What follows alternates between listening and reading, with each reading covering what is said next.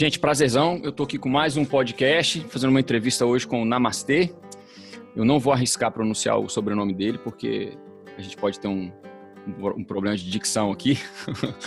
Namastê, muito obrigado. Eu tenho um interesse muito grande em bater esse papo gravado com você, porque existem várias pessoas que têm acompanhado o seu trabalho, eu inclusive sou uma delas. Muito por intermédio até do meu irmão, que me apontou seu trabalho há alguns anos atrás. Muito obrigado pelo seu tempo. Eu sei que você está com a vida super corrida aí, ensinando para cima e para baixo. E vamos começar então um bate-papo, onde a gente vai disponibilizar aí um pouquinho da sua história, do seu conhecimento para as pessoas que estão interessadas em viver a mudança que a gente precisa. Obrigadão. Tranquilo, que agradeço a oportunidade. Namastê, vamos começar então. Explica pra gente, conta pra gente como que você acabou se tornando assim um agente aí, multiplicador do conhecimento de agrofloresta aí pelo Brasil e pelo mundo. É uma pergunta que sempre é meio difícil de responder, porque mistura a vida pessoal com profissional, com família, com tudo. Mas meu pai já vinha de uma jornada da permacultura, né? Antes de ir para o Brasil, ele esteve na Austrália, em vários lugares. E ele tinha fazenda em Goiás, né? E aí, em 99, quando eu tinha 12 anos, ele colocou eu para fazer um curso com o Erd, né, lá na Chapada dos Veadeiros. E eu gostei muito dessa forma de trabalhar a agricultura, né, uma forma que envolve as pessoas, que envolve o melhoramento do lugar, né, fazer uma agricultura que produz bastante, como a gente tem visto que produz bastante, e ainda consegue deixar um saldo positivo, deixar um lugar melhor, né? E aí, depois disso, eu tive a oportunidade de morar em um instituto. Esse instituto, o Ernst trabalhava lá, ele dava cursos periodicamente, chama Instituto Oca Brasil, em Goiás, né? E onde o Ernst dava curso, dava formações. E lá eu tive a oportunidade de, junto com essas pessoas muito importantes, Simara, Oswaldo e outras pessoas, poder estar vivenciando, praticando, errando bastante, né? Faz parte do aprendizado. E depois a gente teve a oportunidade de trabalhar com agricultores da região. Comprei um sítio, toquei o sítio um tempo. E aí, há 7, 8 anos atrás, eu fui trabalhar em uma cooperativa, né? Uma cooperativa no Vale do Ribeira. E aí eu falo que teve duas grandes paixões na minha vida, né? Uma foi conhecer o trabalho dessa agricultura, né? Do sistema agroflorestal, e quando eu tinha 12 anos. E outra foi quando eu vi esse trabalho sendo aplicado por agricultores, né? E lá na Coopera Floresta, em Barra do Tubo, né? No Vale do Ribeira, eu vi muito isso, né? Famílias vivendo na prática, né? Tirando renda, comercializando, vivendo da produção do sistema agroflorestal, né? E aí isso me animou muito, né? A ponto de eu me mudei, né, para essa cooperativa, comprei um sítio e a gente trabalhava com as famílias lá na cooperativa, né? Lá tinha o Nelson, que é uma pessoa muito importante para mim também, que já trabalhava com essas famílias há 21 anos.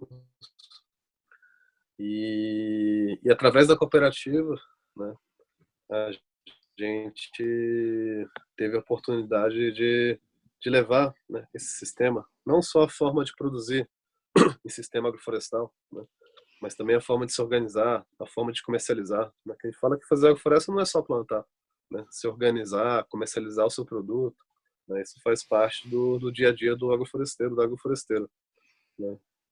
E a gente teve a oportunidade de, através de um projeto, levar esse sistema para outras famílias. Esse projeto ele não tinha o intuito de trabalhar junto ao MST, né? A gente tinha esse projeto e esse projeto tinha o intuito de trabalhar com famílias ali na região, mas A agricultura familiar de um modo geral, né? durante um tempo, a gente pensava em trabalhar com outras cooperativas, né? E eu não conhecia o MST, né? E essa relação, essa parceria, né, junto ao MST, ela foi surgindo muito organicamente, né? O MST ele tomou uma decisão nacional, né, nos últimos anos de mudar a forma de produzir, né? A gente fala que a gente ainda vê muito o que a gente chama de agronegocinho dentro das áreas de assentamento, né? Só que o agronegocinho, ele tem tudo de ruim que o agronegócio tem, né? Contaminação, vários casos de doença, de câncer dentro de assentamento, mas ele não consegue ter o lucro que o agronegócio tem, porque o agronegócio tem o lucro por área, né? Você pega, eu tenho um amigo que é produtor de soja no Mato Grosso, e ele fala que consegue tirar no máximo R$ 500 de lucro por hectare. Ele ganha dinheiro porque ele tem 10 mil hectares, 15 mil hectares. E o dinheiro do Uma pessoa que agronegócio? tem 5, 10 hectares, como são as áreas da reforma agrária, né? A família não consegue ter uma renda significante de uma área pequena. E uma coisa, Namastê, desculpa Então, interromper. assim, o MST ele tem mudado. Não, desculpa interromper. Eu falo só o seguinte, que O uma coisa MST que precisa ser desmistificada é o seguinte: o agronegócio ele ganha dinheiro também porque ele tem o subsídio do governo, né? Ele pega empréstimo e muitas vezes não paga. Acabamos de ter 23 bilhões perdoados em dívida. Então, grande parte do lucro do agronegócio vem de dívidas que eles não pagam também, né? Então, a gente vê que não é só uma questão ideológica, existe muito essa questão ideológica dentro do MST, a gente vê isso muito fortemente, né? É normal, por exemplo, eu perguntei uma vez, mas por que você está interessado em fazer agrofloresta? Claro, porque o MST está interessado em fazer agrofloresta. Então, se eu faço parte desse organismo, eu tenho que andar junto do organismo. Mas não é só uma questão ideológica, né? De, vamos fazer uma agricultura que melhora o solo, uma agricultura que preserve a água, preserve, né, que fixe, né, sequestre carbono na atmosfera, como a gente tem visto através das pesquisas. Mas é uma questão prática, né? Lá no assentamento Mário Lago, por exemplo, em Ribeirão Preto, né, a gente teve a oportunidade de conviver mais tempo com as famílias. O pessoal conquistou, através de muita luta, o assentamento, né, onde foram assentadas 500 famílias. E, por família, né, cada família ficou com 1,5 hectare. Né? E aí as pessoas que eram contra o assentamento, contra a reforma agrária naquela região, né, a gente está no Ribeirão Preto, hoje é conhecido como a capital brasileira do agronegócio. Uhum. E aí o pessoal do agronegócio, o pessoal da cidade falava, vocês conquistaram a terra, mas vocês vão perder essa luta, porque ninguém vive com 1,5 hectare, né? Ninguém vive da agricultura com 1,5 hectare. E aí o Zaqueu, as famílias que a gente trabalha, falou, realmente, a gente gradeava a terra, plantava uma monocultura de mandioca, gradeava a terra, plantava uma monocultura de feijão, de milho, a gente mal pagava a hora do trator, né, o custo da semente. E a agrofloresta a gente tem visto que tem dado essa perspectiva, né? Por exemplo, no assentamento Mário Lago, entre essas 500 famílias, a gente trabalhou com 80 famílias. E a gente fez algumas implantações de 500 metros quadrados por família, né? E a gente quantificou quanto que gastou, né? Então, por exemplo, a média era de R$ 1.000 de investimento para 500 metros quadrados implantados.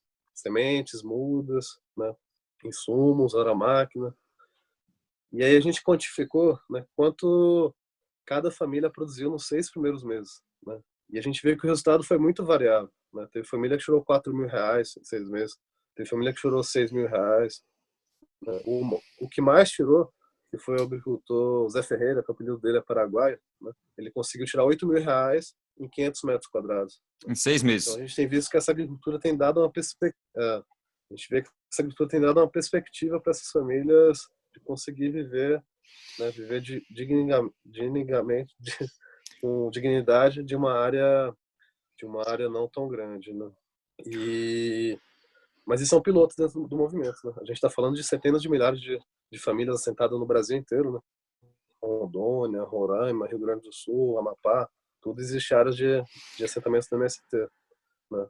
Mas a gente vê um potencial muito grande, porque o MST existe uma organização muito forte dentro do movimento, né? A gente trabalhou diretamente de 2011 até o ano passado com 1.000 famílias, né, no estado do Paraná e São Paulo, mas muito do que vem sendo feito nesses dois estados hoje tem sido replicado no país inteiro, né? Porque o MST tem uma organização, uma capilaridade muito forte, né? Como diz um agricultor que a gente trabalha, o Zé, seu João, né? A melhor coisa que existiu foi esse casamento do MST com a agrofloresta, né? Que a MST tem essa tecnologia, essa capacidade de juntar as pessoas, de organizar as pessoas, e a agrofloresta tem essa tecnologia de juntar, organizar as plantas, né? Então foi um casamento que deu muito certo, né? Namastê, a gente começou assim já enveredando pelo seu histórico assim e já caiu direto nesse assunto do MST, que é um assunto que eu acho interessante, porque Tem duas coisas aqui que você está colocando que eu acho que são de fundamental importância. Uma delas é o seguinte, é, adotar a agrofloresta como caminho de produção tem uma emancipação financeira, mas você está falando aí também de uma emancipação social, porque não é só o pessoal do MST, pelo que você está colocando aí, todo mundo que passa a adotar a agrofloresta como meio de produção principal tem uma mudança social na vida da família muito forte, né? E a outra coisa que você está colocando, que eu acho que é um dos motivos pelos quais existe uma propaganda muito forte contrária ao MST, é porque esses estudos de caso que você acabou de mencionar, eles provam que a questão da escala da agricultura, na verdade, não é melhor a gente ter uma escala maior. Na verdade, é melhor a gente ter uma escala menor e ter mais pessoas trabalhando na terra. Exato.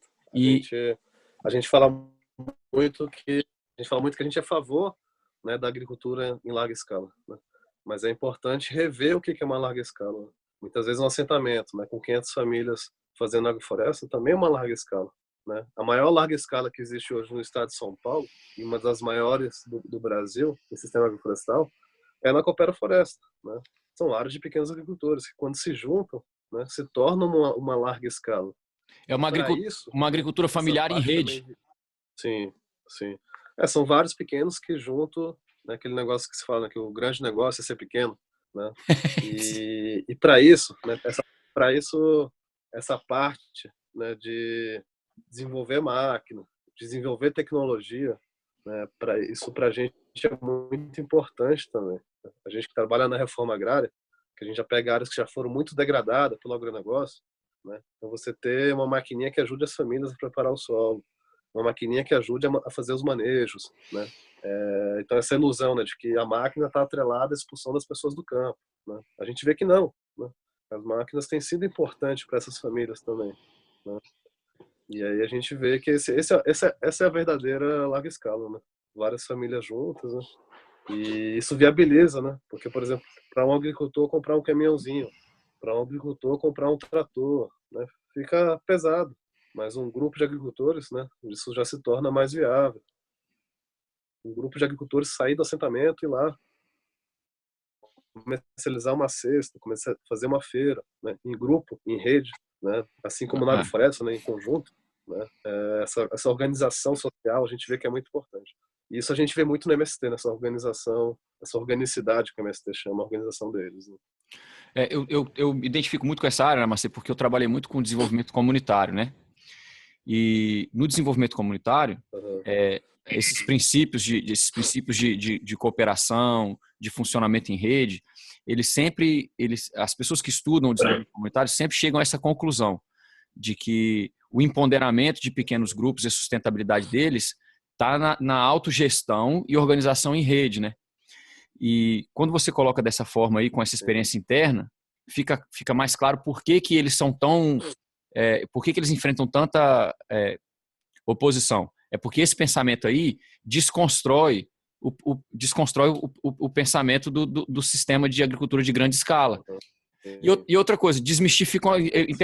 Interessante a maneira que você colocou, Namastê, porque assim, desmistifica uma outra coisa também, que o pessoal fala que o agronegócio gera emprego. O agronegócio não gera emprego. O que gera emprego é esse tipo de agricultura aí, né? Sim, sim. A gente teve em Portugal, e aí a gente vê, por exemplo, um professor trouxe uma informação bem interessante lá nos cursos. Portugal vive uma catástrofe hoje, né? Todo mundo quer saindo do campo, indo vender mão de obra em outros lugares.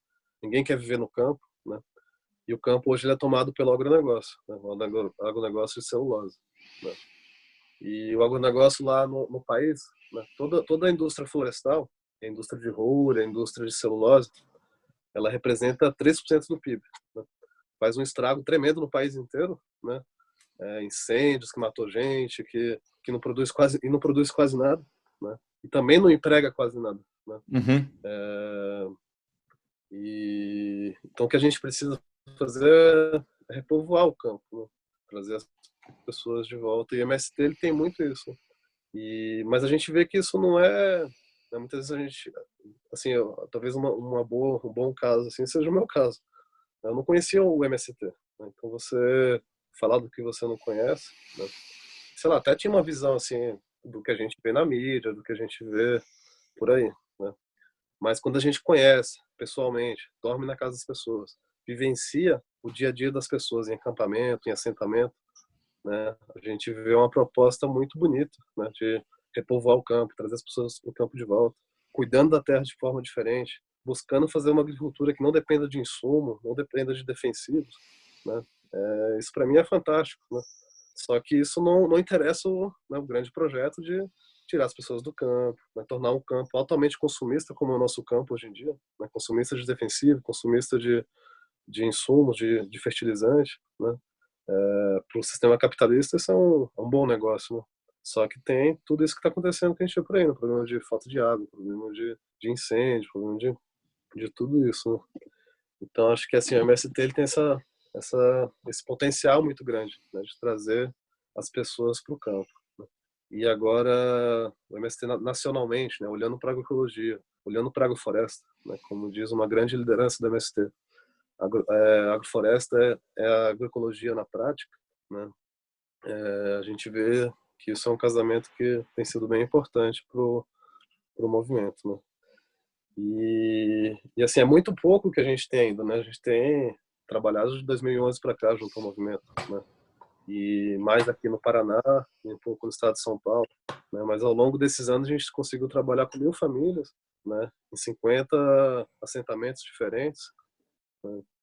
E já conseguimos bastante resultado, né? A gente conseguiu ver famílias que não viviam da agricultura, né? Que vendia sua mão de obra nas cidades, nas fazendas, né, conseguindo viver da agricultura a partir de uma agricultura agroflorestal, né? A gente é bem interessante ver essa mudança. Processo de emancipação, né, Namastê? Uh, É um processo de emancipação forte. uh, Deixa eu te perguntar uma coisa. Assim, você comentou um pouquinho de Portugal, eu vou fazer um salto, assim, porque você é uma das pessoas que tem trabalhado muito com essa irradiação do conhecimento da agrofloresta para fora do Brasil. E tanto dentro do Brasil quanto fora do Brasil, você tem tido a experiência de ter laboratórios de vários climas, né? Várias regiões. Então, você trabalha com grupos sociais e econômicos diferentes e você trabalha também com a questão dos climas, né? Você trabalha desde o norte do Brasil, que é extremamente úmido e tropical, áreas semiáridas, ao sul do Brasil, que é subtropical, às vezes até temperado. E recentemente você esteve viajando na Europa. Você pode comentar e compartilhar com a gente as diferenças de trabalhar com agrofloresta num lugar, por exemplo, como o Brasil, onde a maioria das pessoas, como você está colocando, são famílias de baixa renda em áreas tropicais, e trabalhar com agricultura de agrofloresta nos países temperados, onde o núcleo familiar tem um poder aquisitivo muito maior do que no Brasil? Como é que é essa questão, tanto climática como social e econômica? Sim. Vou chegar no que você perguntou, mas para isso acho que foi um grande aprendizado para a gente, né? Era a gente trabalhando na Coopera Floresta, né? Com famílias com uma realidade. Áreas de muito morro, né? Fazer uma agricultura manual, né? Não se tinha mecanização e nem se poderia ter pelo relevo do lugar. Pequenos agricultores, né? Um clima úmido e quente. E aí, de repente, a gente foi trabalhar com famílias em Ribeirão Preto, onde a gente tem áreas planas, solos mais férteis, né? O pessoal com acesso à máquina. A gente veio trabalhar no Paraná, né? Lugares que dá mais de 20 geadas por ano, né? Lugares frios, com espécies diferentes, também pessoal com acesso à máquina, terras mais fracas. E aí isso, né? A gente começou a pensar localmente o sistema, né? Como que a gente vai adaptar o sistema para cá, para lá, né? Então acho que isso trouxe um aprendizado muito grande, né? Cada vez mais a gente vê que não é uma simples técnica, né? São princípios, né? E uma vez entendidos esses princípios, a gente consegue replicar isso em qualquer lugar do mundo, né? Na Europa também a gente tem problemas de acidificação dos solos, assim como a gente tem no Brasil, né? E a acidificação ela prende os nutrientes, né? Então a falta de matéria orgânica também, né? Também é importante cobrir o solo na Europa, assim como é aqui, né? E aí, lá a gente vê muita diferença, né? A coisa do sol, né? O sol, pra gente aqui, principalmente no sul do Brasil, ele é no nortista, né? Ele deita no inverno pro norte. E aí, na Europa ele deita pro sul, né? As espécies, por exemplo, na França, onde a gente foi, não dá para plantar banana, não dá para plantar mandioca, né? Mas os princípios, né? De usar a árvore como um elemento ciclador de nutriente, como um produtor de matéria orgânica, trazer a floresta de volta para a agricultura, né? A gente vê que dá para adaptar, né? E aí já tem pessoas, né? Por exemplo, na França tem uma pessoa que esteve no Brasil com a gente há muito tempo atrás, na Oca Brasil, onde eu cresci. Ele já está 10 anos lá na França, adaptando o sistema para lá, né? Então, também essa forma participativa que a gente, né, sempre usou muito no MST, que a gente aprendeu muito no MST, isso ajuda muito, né? Deixar as pessoas trazerem o conhecimento delas também, né? E buscar adaptar coletivamente o sistema para cada lugar, né? E a gente vê que consegue, né? Independente do clima, do solo, das pessoas também, que é uma parte muito importante na agrofloresta, né?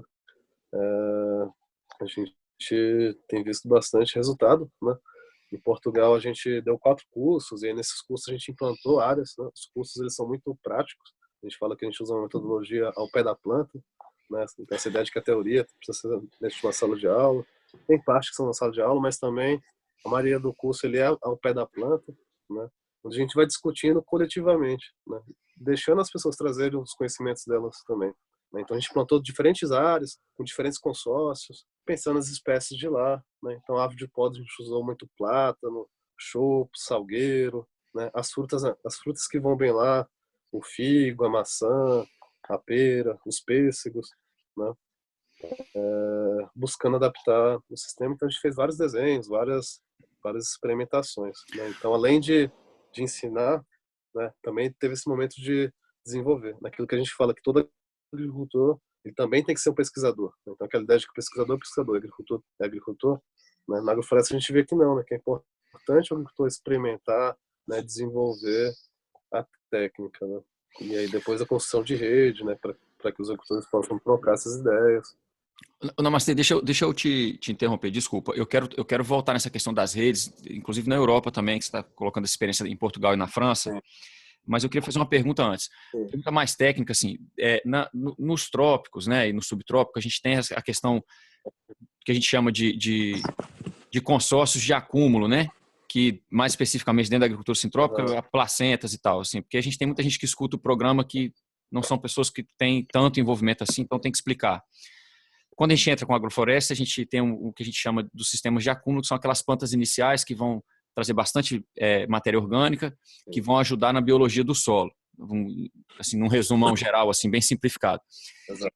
Na Europa, porque a gente tem essa questão do inverno, que ele meio que zera, né? Ele recomeça tudo todo ano, porque tudo ou murcha, ou morre, ou fica dormente para voltar no outro ano. Como é que ficou essa questão assim dessa fase inicial do acúmulo assim para poder depois tocar a floresta já com mais permanência? É aquilo que o mestre Ernesto fala, dar qualidade de vida consolidada no local, né? E aí, uma coisa que a gente usa para... O pessoal pergunta, o que é agrofloresta? Para a gente, a agrofloresta é uma forma de dar à planta um ambiente parecido àquilo que ela tem na natureza. E aí, para a gente, né, tomate, brócolis, couve, rúcula, todas essas plantas são plantas da floresta, né? Se você perguntar para o agricultor, né, se eu plantar um alface, um brócolis num campo, num pasto, num lugar que já não é floresta há bastante tempo, né, como a gente tem muito em Portugal, né, as pessoas expulsaram a floresta do país. Então a gente não tem mais floresta para interagir, como se tinha antigamente, né? Na história, né, fala que Portugal era um país florestal, né? Se a gente pegar um tomate, um brócolis, um alface, plantar na terra onde já não é floresta há bastante tempo, abrir uma cova, um berço e plantar ali o tomatinho, o brócolis, vai dar um bom brócolis? Vai dar um bom tomate? É normal as pessoas falarem que não vai dar, se não trouxer um adubinho, um pó de rocha, um inhorim, um esterquinho, né? Mas se a gente perguntar, se a gente for numa floresta, derrubar todo mundo, aí tem aquela terra da floresta com bastante matéria orgânica, 5, 6% de matéria orgânica, bastante fungo, bastante vida, derrubar todo mundo, abrir uma covinha e plantar um tomate, um brócolis ali. Esse brócolis, esse tomate, vai dar um bom tomate, um bom brócolis? Eles vão falar que vai dar, né? Então, pra gente, essas plantas são plantas da floresta.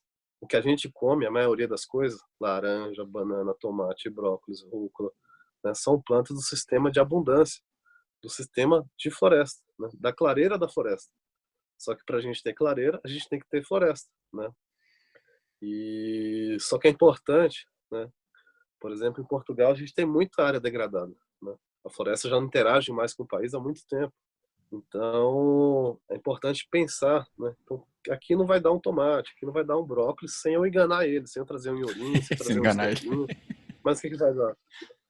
Talvez dê um alecrim, né? Talvez dê uma arruda, uma alfazema, né? As plantas que são nativas de lá, né? E essas plantas vão trabalhar, vão gerar matéria orgânica, ciclar nutriente, para que espécies mais exigentes, né, possam vir, né, até se criar uma floresta, né? E aí só ocorre a clareira da floresta, né? Só que quando a gente tem uma clareira da floresta, quando abre uma floresta, o que vai nascer não é mais o alecrim, a alfazema, os oréganos, né? O que vai nascer já são plantas do solo da floresta, né? E então, assim, em Portugal, né, na Europa, a gente vê que essa ausência da floresta nas pessoas também, isso dificulta um pouco também, né? Que as pessoas não têm mais floresta para estudar, para vivenciar, para conviver, né? Perdeu Quem o contato, convive com a floresta que a perdeu gente o ainda tem, contato, né? é, é uma coisa muito interessante para mim, é o primeiro registro do Brasil, né? A carta de Pedro Vaz Caminha, né? Quando Caminha chega no Brasil, e ele fala, né? Chegamos no Brasil, encontramos um povo mais forte do que a gente, por mais trigo que a gente coma, eles são mais fortes do que a gente, apesar deles não praticarem agricultura. Eles só comem cará, mandioca e frutos que possuem seus frutos, mas eles não praticam agricultura, né?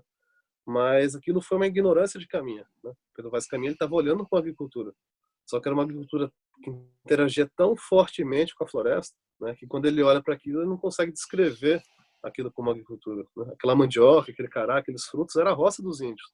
Só que Caminha com uma visão, né, de uma agricultura separada da floresta que ele trazia de Portugal, ele não consegue enxergar aquilo como uma agricultura. Então a gente precisa voltar a fazer uma agricultura florestal. E os povos da América tinham, né, essa tecnologia, né, de fazer uma agricultura florestal. Para mim, o maior fenômeno que existe, né, uma das melhores terras do mundo, né, que está na Amazônia, que é considerado um solo pobre, né, que a fertilidade está na floresta. Quando a gente derruba a floresta, não dá nem pasto direito, né?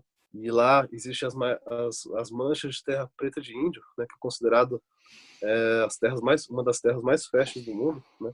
E isso era agrofloresta, né? E tem áreas de dezenas de hectares contínuos, né, com 2, 3 metros de solo que se construiu, né, fazendo agricultura e deixando a terra fértil, né?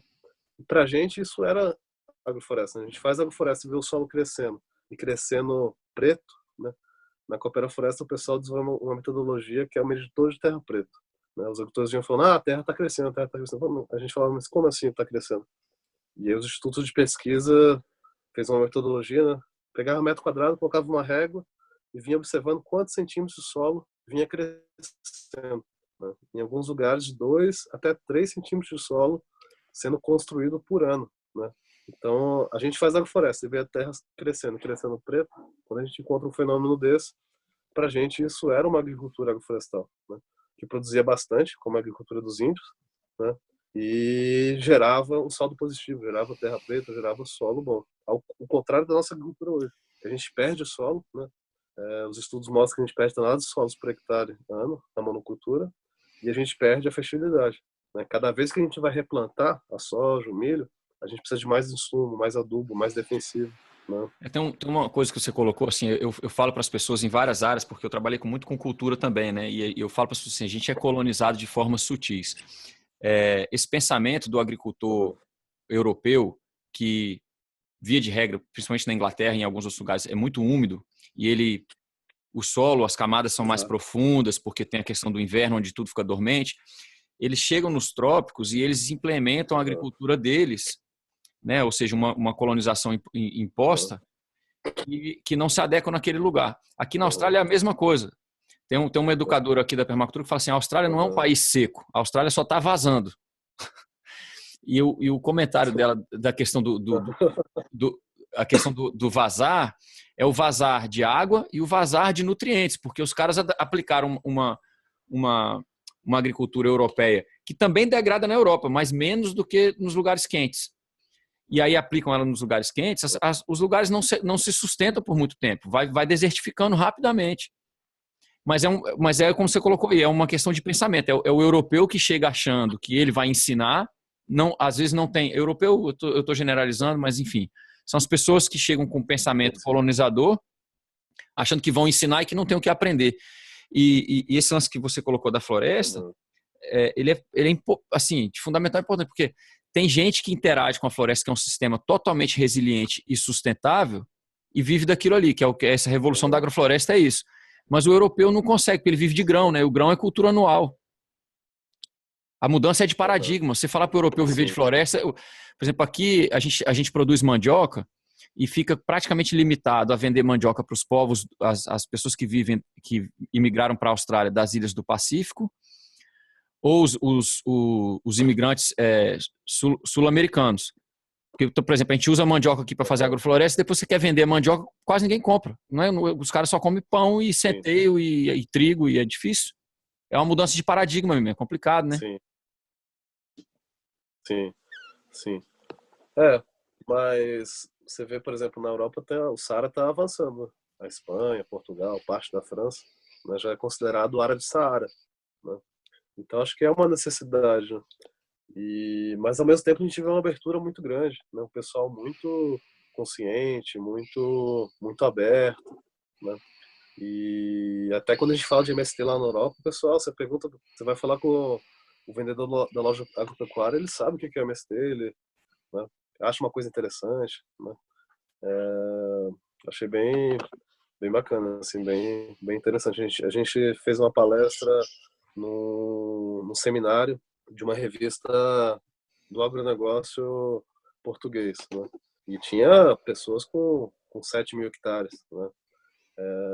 Lá no evento, né? Mas o pessoal com uma tranquilidade, com respeito tão grande assim ao MST, ao movimento, é um conhecimento tão profundo do que é e, e achando uma coisa interessante. Assim. A gente fala que muitas vezes que o MST muitas vezes sei lá, põe a camisa do movimento, vai lá na Avenida Paulista, você vai ser xingado, vai ser depredado. Eu queria tocar um pouquinho nisso, Namastê. Eu viajo muito para a Europa também, não com agricultura, com outras coisas. Mas, assim, o conceito que eu vejo aqui na Austrália e na Europa é que a agricultura familiar é muito mais comum, o conceito para eles é muito mais comum, porque, assim, as pessoas que fazem a escolha de viver do campo, os núcleos familiares, têm muito mais condição financeira do que no Brasil, né? E isso, obviamente, tem algumas diferenças culturais. Mas quando você diz para as pessoas na Europa, principalmente em países que tiveram tradição de agricultura, como é a França, em outros lugares, não é estranho para as pessoas a noção de que existe um movimento de pessoas que querem voltar para o campo e querem viver da terra. Isso não é estranho para eles. É engraçado como que no Brasil, com a história de agricultura que a gente tem, eles tem todo esse marketing contrário ao movimento do MST. E aí eu vou fazer só um comentário. Eu tenho vários amigos que dizem que queriam voltar para o campo, mas que não têm dinheiro. Essas pessoas, normalmente de classe média, elas se sujeitam, por exemplo, a pagar um financiamento de banco de 30 anos e se submeter a um sistema totalmente maluco, mas não cogitam a possibilidade de se juntar ao MST para produzir da própria terra, que é um direito, E as pessoas, parece que é uma lavagem cerebral muito forte. Mas o comentário é no seguinte sentido, não é estranho para as pessoas fora do Brasil vislumbrar a possibilidade de volta para o campo. Está mais fácil fora do Brasil do que no Brasil. Eu, pelo menos, vejo assim. Não sei se é a sua experiência. É que aí a gente já entra num assunto meio político, né? Mas a gente vê um plano muito arquitetado, né, de esvaziamento do campo. Não falo nem só reforma agrária, né? Esses últimos anos que a gente tem vivido, tudo que a gente perdeu, né? Porque foi se criado para se trabalhar com a agricultura familiar, com a agroecologia, agricultura orgânica, né? A gente tem perdido muito espaço. E esses países que a gente está falando, né? França, né? Portugal, houve reforma agrária, né? Lá no passado, na diferença do Brasil, que nunca existiu uma reforma agrária, né? Que a distribuição de terra foi uma maluquice, né? A Sesmaria, o rei de Portugal, dando as terras para os amigos dele em Portugal, né? E depois as terras da União, que foram invadidas pelas empresas, né? Bom, é isso. Não, porque assim, o meu comentário foi nesse sentido, de que para as pessoas assim medianas dos países desenvolvidos, existe um interesse de voltar para o campo e eles veem essa questão da agricultura familiar como uma solução viável. Ao passo que no Brasil, a solução da agricultura familiar está sendo demonizada. Tem gente defendendo agronegócio, tem gente defendendo a grande escala de produção, que a gente sabe que são os grandes problemas hoje de degradação ambiental, né? O meu comentário foi nesse sentido. Mas, Marcelo, deixa eu te perguntar uma outra coisa. Tem bastante gente assim interessada, né? E você comentou aí a questão social, a mudança social da agrofloresta, que a agrofloresta traz para as famílias no Brasil, né? Você comentou aí a abertura do pessoal na Europa e tal. Existe de várias pessoas um movimento crescente assim, existe um movimento crescente de volta para o campo. E eu acho que abordagens e professores facilitadores como você, em grande parte catalisam essa força, porque não é desmistificar aquela ideia de que o campesino é uma pessoa sem estudo, é uma pessoa que não tem cultura, né? Na verdade, é o que você está falando, é o agricultor que vira pesquisador, é o agricultor que vira ambientalista, é o agricultor que aprende a funcionar em rede e se organizar politicamente. Para você foi um caminho natural, pelo que você está colocando. Mas você vê viabilidade nas pessoas aprenderem agrofloresta para trabalhar com consultoria, multiplicar esse conhecimento? Como é que você tem visto esse movimento crescente de pessoas que estão chegando na agrofloresta e querem usar disso aí como uma profissão? A gente vê que é importante, né, ter essas pessoas que têm essa disponibilidade de estar levando. Eu vejo que a minha função, muitas pessoas me perguntar, mas o que você é? Até difícil de falar o que eu sou, que sei lá, tem vezes que tem que ser animador, tem vezes que tem que ser animador, tem vezes que tem que ser comerciante, tem vezes que tem que ser organizador, né? Ainda nem várias vezes a gente estava dando oficina e a gente teve que parar a oficina técnica para ir lá organizar uma feirinha, para organizar uma comercialização, porque não adianta os caras ficarem plantando se não vai ter uma comercialização, né? Então acho que essas pessoas, né, que têm esse papel, que muitas vezes, sei lá, muitas vezes o meu papel é muito mais levar o conhecimento de um lugar que está sendo aplicado em um lugar, né, para outro lugar, né, e de outro lugar para outro lugar, né, trocar essas experiências, né, do que um técnico realmente, né. E então acho que ter pessoas assim, né, que tem essa função, né, de irradiar, né, a agrofloresta, a gente vê que é fundamental, que é importante, né? Ainda somos poucos, né? E acho que tem muito espaço, tem muita coisa para se fazer, para desenvolver, né? E acho que esse desenvolvimento, né? Eu acho que a agrofloresta ela deu um salto, né? Muito em função da divulgação também, mas acho que em função também do desenvolvimento, né? Você hoje tem uma agrofloresta que seja mais entendível, uma agrofloresta que seja mais replicável, né? Bons exemplos, né? Pedagogia do exemplo também, né? A gente fala que muitas vezes vale mais uma visita a uma área bem feita, onde o agricultor está plantando, está se organizando, está comercializando, está vivendo bem da agricultura, da agrofloresta, do que um curso de 5 dias. Muitas vezes 10 minutos que o cara vai lá e visita uma família, um agricultor, uma agricultora, vale mais do que 5 dias de curso, né? Então acho que essa pedagogia do exemplo, né, a gente vê que é bem importante. Foi um pouco da estratégia que a gente usou no projeto Agroflorestar também, né? Você tem uma região, né, tem com vários assentamentos, e em um assentamento você trabalha com 5 unidades, né? Depois os companheiros do assentamento, né, vendo dando certo, vão replicar isso para o resto do assentamento, né? Então, acho que essa pedagogia do exemplo também ela é bem importante. Tem gente que é mais visionário, né, Namastê? Consegue abraçar a ideia assim, só visualizando. Tem gente que, se não vê acontecer, não acredita que você consegue fazer uma agricultura sem insumos ou com muito menos insumos, né? Acho que essa questão de conseguir abrir a cabeça das pessoas. Mas eu estou perguntando isso para você porque assim, eu vejo que tem muita gente que acompanha o seu trabalho e que se espelha muito nessa função, mas conhecendo um pouquinho mais da sua história hoje, fica mais fácil entender por que você tem uma abordagem tão holística, né? Você começou muito novo, sem muita divisão, assim, o pensamento de uma pessoa, de um adolescente que cresceu já nesse ambiente, assim, de uma criança que cresceu nesse ambiente, você não separa tantas coisas com caixinhas, né? Então, fica mais fácil passar isso. Sim.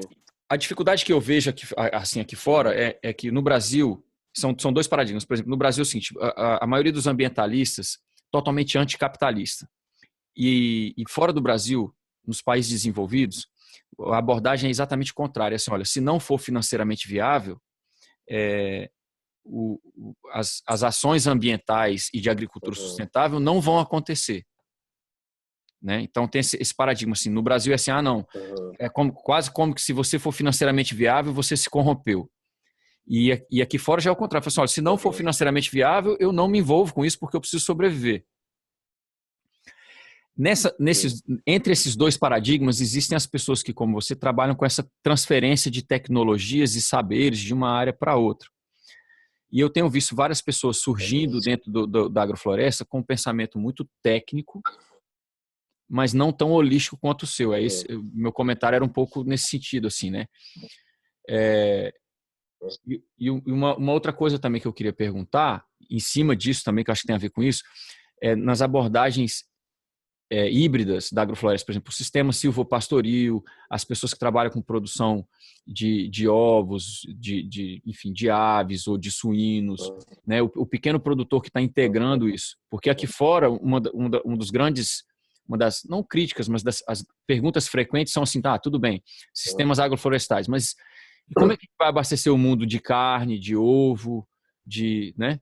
Como é que você, como agente de facilitador dessa área, tem visto essa integração? Olha, eu acho que os números eles são muito importantes, né?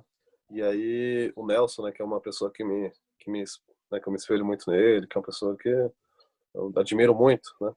E o Nelson foi morar na Coopera Floresta, trabalhar com os agricultores de forma voluntária. E aí as famílias passavam por uma grande dificuldade, viviam com 0,3 salários mínimos por mês, né? E através do trabalho da Agrofloresta, da organização, em poucos anos isso já passou para 2 salários mínimos por mês, né? E as pessoas perguntavam, mas Nelson, você não vai pesquisar o que você está fazendo? Você não vai comprovar, né, economicamente, ambientalmente, socialmente, né, com pesquisas o que está sendo feito, né? E é interessante quando elas falam assim, eu preciso, né, trabalhar com as famílias, mudar, viabilizar economicamente a vida das famílias, depois, quem sabe, apareçam pesquisadores e pesquisa que está sendo feita. Isso aconteceu realmente, né? De 2011 para cá, na Coopera Floresta teve 15 mestrados, 20 e poucos doutorados, né, na parte ambiental, social, econômica, né? E a gente vê que esses números são importantes, né? Por exemplo, o resultado ambiental que se teve na Coopera Floresta, que fez a primeira pesquisa de sequestro de carbono no sistema florestal, né? Se viu que a agrofloresta estava sequestrando mais carbono do que uma floresta nativa, ou uma regeneração ou uma floresta nativa, né? Uma taxa muito parecida com o campeão de sequestro de carbono, de fixação de carbono, que é o eucalipto, né? A monocultura de eucalipto. Só que a monocultura de eucalipto está atrelada a um monte de serviços ambientais, né? A expulsão da diversidade, da fauna, da flora e das pessoas do campo, né? Mas você tem uma taxa muito parecida com o eucalipto, mas com diversidade, fauna, flora e pessoas vivendo da agricultura, né? Isso é um dado bem importante, né? E aí dados econômicos, né? Como por exemplo isso, as famílias viviam com 0,3 salários mínimos, hoje vivem com 2 salários mínimos por mês, né? O Paraguai investiu R$ 1.000 em 500 metros quadrados e tirou R$ 8.000 em 6 meses, né? Então a gente vê que esses dados são importantes, mas a gente vê que existe uma coisa a mais. Muitas vezes a gente, como técnico, né, a gente é muito dinheirista e a gente tem um monte de ruído, um monte de ilusão na cabeça, e a gente acha que vai convencer o agricultor, é uma planilha de Excel que vai mostrar quanto que ele gastou e quanto que ele vai lucrar, né? E uma coisa, uma coisa que foi muito forte uma vez, a gente foi levar os resultados para os agricultores, né? E a gente falou, Paraguai, você foi o campeão, você tirou R$ 8.000. E é interessante que o Paraguai, né, ele deu uma lição muito forte a gente, né? Ele falou, não, mas muito mais importante do que esses R$ 8.000 foi o aprendizado, o conhecimento que isso possibilitou eu gerar a partir dessa área, né? E se hoje eu fosse fazer, já faria muito diferente, já me organizaria de forma diferente, como ele está se organizando hoje em dia, né? Isso que a gente fala, né, que o maior insumo, né, do agrofloresteiro, da agrofloresteira, é o conhecimento, né? Uma vez as famílias se empoderando do conhecimento, né, eles conseguem replicar isso depois, né, com as ideias, com os conhecimentos de cada de cada um, né? Mas me perdi nas outras perguntas agora. Não, era bem isso, porque assim, o comentário era nesse sentido, porque o que eu vejo é que no Brasil a gente tem a preocupação, assim, as pessoas das classes mais baixas precisam usar da agrofloresta para sobreviver, né? Então elas têm um certo interesse na viabilidade financeira. As pessoas de classe média no Brasil, os que estão envolvidos com o movimento ambientalista, via de regra, elas são avessas à questão do lucro. E aqui fora, principalmente a minha experiência é maior que na Austrália, acompanhando alguns produtores aqui, o que eu vejo aqui é um pensamento contrário a essa, vamos dizer assim, essa complicação paradigmática do Brasil, que é o seguinte: as pessoas aqui fora pensam, olha, eu preciso recuperar minha terra, eu preciso recuperar a diversidade, mas eu não posso fazer isso se não for financeiramente viável. Então, assim, aqui fora, o viés de propagação dessas metodologias, ele passa muito pela questão da viabilidade financeira. E é um pouquinho diferente dessa constatação que você colocou aí no Brasil, mas por questões até de que no país de primeiro mundo, como eu vivo aqui, a qualidade de vida de uma pessoa da agricultura familiar é totalmente diferente, né? Então, explica um pouco isso aí que você está colocando e leva a gente a pensar, né? Que é isso que você está falando, assim, a grande questão é de multiplicação desse conhecimento e da viabilidade dele, mas a viabilidade dele vai muito além da financeira. Totalmente. Sim. Nessa questão, Sim. Namastê, vai você. Eu vejo um pouco no Brasil, eu vejo um pouco no Brasil essa questão também, assim, acho que muitas famílias acabam se pegando um pouco pela questão econômica, né? Muitos grupos aqui no Brasil, a Coopera Floresta, por exemplo, quem começou a Coopera Floresta foram as mulheres, né? E quem estava no campo eram as mulheres. O homem estava vendendo mão de obra, né, em outras fazendas, na cidade. Tem caso, por exemplo, na Coopera Floresta de, em poucos meses, né, a mulher está ganhando o dobro do marido. E aí o marido começa a querer se envolver, começa a querer fazer parte também, né? Acho que a questão econômica ela é bem importante, né? E esse é um sentimento bem interessante que a gente vê na agrofloresta, né? Um sentimento de um conhecimento aberto, né? De não patentear, de não trancar a tecnologia, né? É muito bonito no Brasil a gente ver esse movimento das pessoas estarem fazendo, desenvolvendo, né? Praticando no seu dia a dia, né? E compartilhando de forma muito generosa e aberta isso para outras pessoas poderem fazer também, né? Aí do lado também, né, na Nova Caledônia tem uma pessoa, né, que é o Mikael, que tem feito um trabalho bem interessante também, né, no sítio dele como produtor, né, e aí trabalhando com as comunidades nativas da ilha também, né, e o Scott e o Vitor hoje estão dialogando junto com eles, trocando experiência, trocando conhecimento também. Tem um movimento acontecendo interessante aí, né?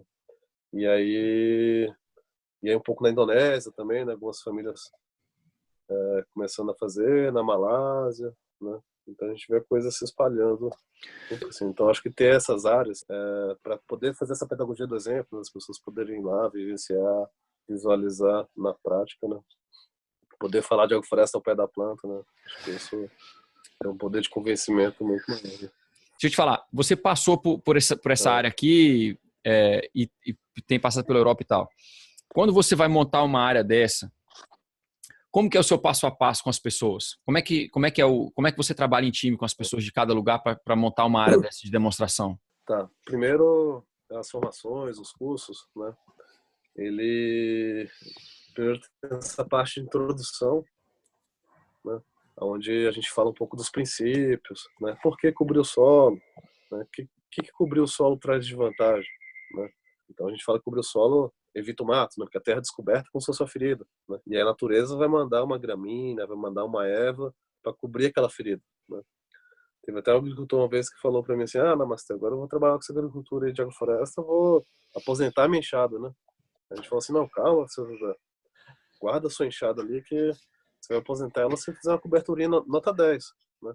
Mas se fizer uma coberturinha nota 5, nota 6, Deus vai mandar né? Deus, a natureza vai mandar uma ervinha, uma gramínea para cobrir essa ferida, né? Mas se fizer uma coberturinha nota 10, né? A gente tem conseguido, né? Quando a gente faz uma coberturinha nota 10, ter mato zero, né? Isso na horticultura é um grande ganho, né? A gente passa muito tempo na horticultura agachado, arrancando matinho, né? Então, a matéria orgânica evita o mato, a matéria orgânica, né, segura a umidade no solo. Tem pesquisa, por exemplo, que mostra que só de cobrir o solo, você precisa molhar 70% a menos do que você fazer um canteiro só de alface sem cobertura do solo, né? A gente até brinca que a primeira aula da agronomia de irrigação deveria ser cobrir o solo, né? Só de cobrir o solo você já economiza 70%. A matéria orgânica traz a fertilidade para o solo de volta, né? Os bichinhos vão comer matéria orgânica, vão fazer cocô, isso vai virar estrume, isso vai fixar nitrogênio, isso vai disponibilizar fósforo, disponibilizar os nutrientes. E então tem muitas funções da matéria orgânica, né? E então a gente vai explicando os princípios. Matéria orgânica, então é fácil entender a matéria orgânica. Só que a gente tem que entender também que é bom produzir matéria orgânica localmente. Quando a gente traz matéria orgânica localmente, né, tem um monte de outros benefícios além da cobertura do solo, né? A informação das árvores rebrotando em meio à sua plantação, né? Isso vai trazer um estímulo para suas plantas que você tiver junto a essa árvore, né? Então a gente traz um pouco dos princípios, né? A gente fala um pouco de como planejar, né? Como diz o agricultor que a gente trabalha, ele fala que a agrofloresta ela não é uma foto, né? A agrofloresta ela é um filme que vai acontecendo. E como você planejar esse filme, né? Para que não tenha falhas de produtora de matéria orgânica, o plano da matéria orgânica, falhas na produção. É importante que todas as fases tenham produção, né? E aí, como organizar, né? Um sistema mais voltado para a horticultura, um sistema mais voltado para a horticultura. Quem sabe até um sistema, como a gente tem feito no Mar do Lago, mais voltado para a criação de galinha, né? Ou então no norte do Paraná, a gente trabalhou mais para criação de gado, mas tendo uma árvore, tendo uma matéria orgânica, tendo um sistema agroflorestal em meio, né, à pecuária também. E aí, como planejar, né? E aí as pessoas têm esse momento de planejar, como entender o sistema, né? Qual o extrato de cada planta, qual o tempo de vida, quando que ela entra, quando que ela sai, né? E como organizar ela dentro do plantio, né? As pessoas geralmente elas fazem um exercício de planejamento, né? Elas exercitam planejar, né? E a gente põe em prática, né? Sempre tendo a paciência, né? De que quem vai ensinar mesmo pra gente é a prática, né? E até um aprendizado que a gente tem tido muito nesse trabalho em assentamento, né? É que assim, muitas vezes é melhor você ter várias áreas pequenas, né, do que uma área grande, né? Pra gente existe dois tipos de agricultor, de agrofloresteiro. Aquele que fala assim, não, vou estudar, vou passar 4 anos, vou visitar várias áreas, depois eu faço, né? E a gente vê que isso é um erro, né? Porque o fazer, isso traz muito aprendizado, né? Errar vai ser natural, a gente vai errar, né? Mas o errar faz parte do aprendizado também, né? Mesmo que a gente faça uma agrofloresta mal feita, como diz o Pedro Baiano, um outro agricultor, né? A melhor coisa que você pode fazer na sua vida inteira é uma agrofloresta bem feita. Mas melhor, a segunda coisa que você pode fazer na sua vida, né? A segunda coisa melhor que você pode fazer na sua vida é uma agrofloresta mal feita, né? Porque mais que foi mal feito, teve algum erro de planejamento, pelo menos o solo melhorou, gerou mais vida, gerou mais solo, gerou mais fertilidade e também gerou uma agrofloresteira mais experiente. Então, quando ele for replantar, ele já vai replantar de uma forma diferente. Mas também tem aquele agrofloresteira que fala, não, eu vou plantar 1 hectare já, 2 hectares, né? Mas é o erro que ele cometeu em 1 hectare, né? E a pessoa nunca comercializou um tomate, nunca comercializou um brócolis na vida. De repente ela tem que aprender a comercializar 1 hectare de tomate, brócolis, né, e rúcula e alface, né? Então acho que esse mosaico, né, de ter diferentes áreas, né, porque aí você vai ter produção em diferentes cidades, vai ter manejos em diferentes cidades, vai ter diferentes consórcios, então isso vai gerar um aprendizado também, né?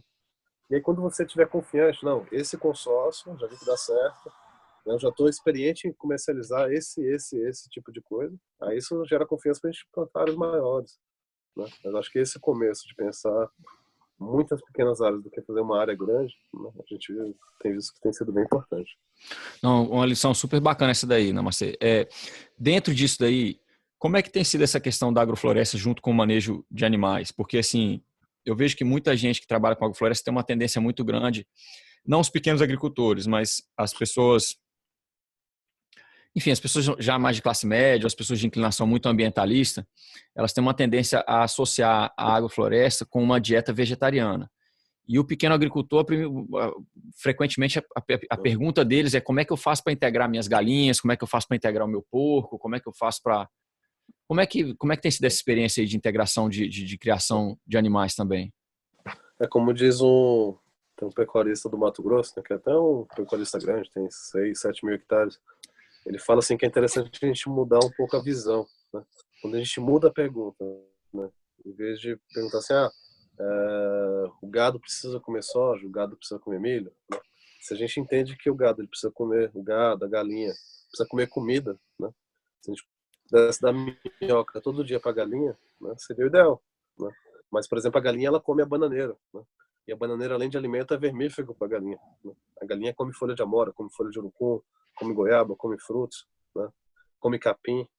Então a gente tem pensado sistemas com foco nos animais, né? Linhas de árvore, né? Linhas de plantas. Essas plantas têm a função de gerar alimento para a galinha, além de gerar fertilidade, ciclar os nutrientes, mas também gerar alimento para a galinha, né? Na pecuária também, né? Hoje tem um monte de estudo que mostra que a árvore em meio ao gado traz um monte de benefícios, né? Quebra-vento, conforto animal, ciclagem de nutrientes, né? E além de trazer o rendimento da madeira depois, né? Então, a gente tem pensado, por exemplo, que é uma coisa você trabalhar em Ribeirão Preto, né, onde você está a 4 quilômetros do centro da cidade, né? Então, para você trabalhar com alface, com uva, com tomate, é um bom negócio, né? Foi feita uma pesquisa no município, a gente viu que só 4% do que se consumia no município vinha do município. Então tinha um potencial muito grande para hortaliças e frutas, né? Mas quando você vai para o norte do Paraná, né, onde você está a 300 quilômetros de uma cidade grande, como Londrina ou Maringá, né, era importante repensar o sistema, pensar um sistema mais focado nos animais, para o animal ter um comércio mais fácil, leite, né, o próprio gado. Então a gente tem pensado e chegou a trabalhar bastante com o sistema para animais também, né? Eu acho, eu tenho acompanhado assim a evolução de algumas pessoas que trabalham na área de agricultura regenerativa, e Uhum. o movimento crescente de uma abordagem que é chamada de gerenciamento holístico, né? O gerenciamento holístico lida muito com pastagens e o sequestro de carbono em Sim. pastagem e usa muito os animais para isso. O que eu tenho visto é que quando a gente consegue integrar a produção de alimentos com uma dieta saudável onívora, ou seja, que inclui os animais também, a gente encontra Uhum. mais sinergia, assim, a gente consegue mais pessoas abraçando a ideia de volta para o Sim. campo, de produção, do que quando a gente segmentariza em assim, não, por exemplo, você só consegue fazer trabalho ambiental se for vegetariano, ou você só consegue fazer um bom trabalho no campo se você fizer o uso intensivo de rotação de animais. Quer dizer, não é nenhum nem outro, como você está colocando aí, depende de cada situação geográfica, né, da cidade, onde está sendo produzido, da inclinação da família, depende de várias coisas. Mas eu acho importante essa integração animal na agrofloresta. Eu acho que ela está ainda um pouquinho, como é que fala? Um pouquinho atrasada, né? Não está tão embalada quanto as outras áreas da agrofloresta. Acho, acho isso bem importante, né?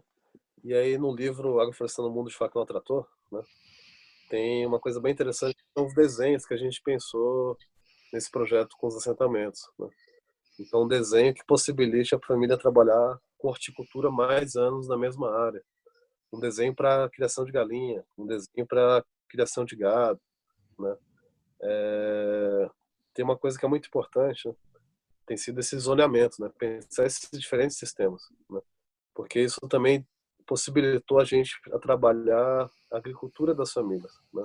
Porque muitas vezes tem um projeto, né? E a família ela implanta uma área que o técnico ajudou e ela tem bastante estratificação, seção, é linda e maravilhosa, né? Mas aí a horta dele é uma horta pelada, né? O gado dele é um gado sem árvore, a galinha só come ração, né? Então pensar esses desenhos, né? Para integrar, né, o sistema à produção das pessoas, né? Lembro quando a gente foi começar o projeto, a gente estava dando um treinamento para um grupo de 42 técnicos que iam atuar no projeto, né? E aí no começo da formação, a pessoa, mas como é que a gente vai fazer para implantar agrofloresta na área desses agricultores, né?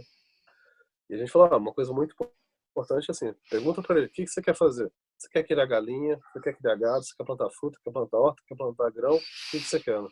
E a partir do que ele queria, né, a gente pensava um desenho, né?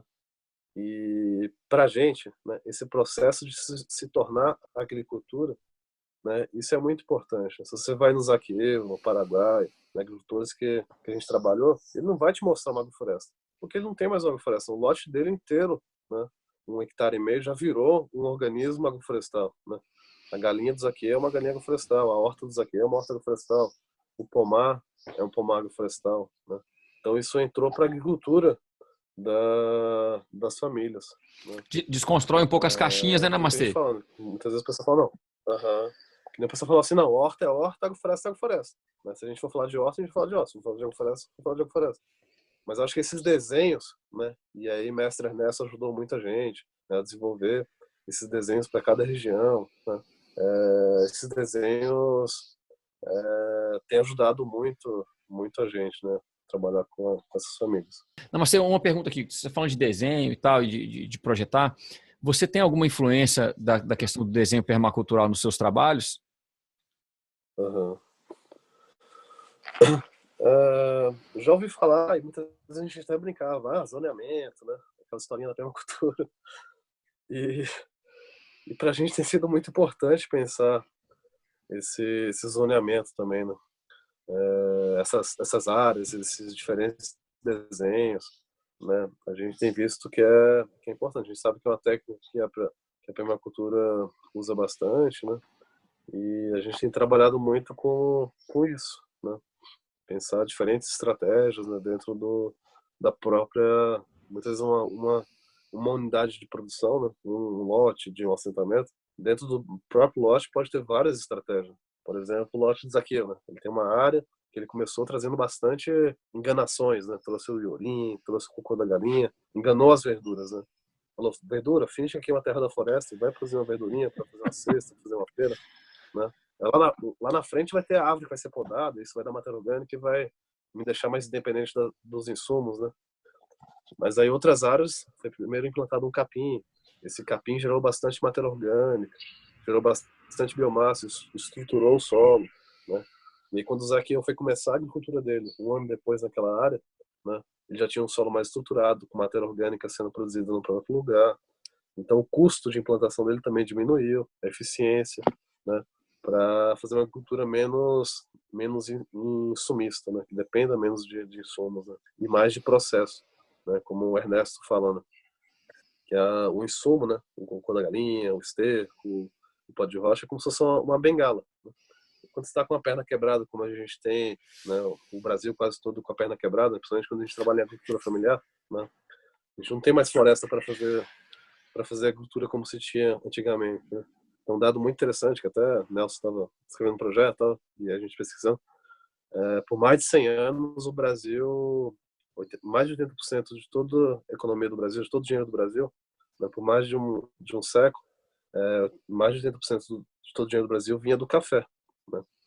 E aí, quando a gente procura os registros do café, né, café de Minas, de São Paulo, do Paraná e de outros estados, né, em nenhum momento a gente lê citação a insumo, né?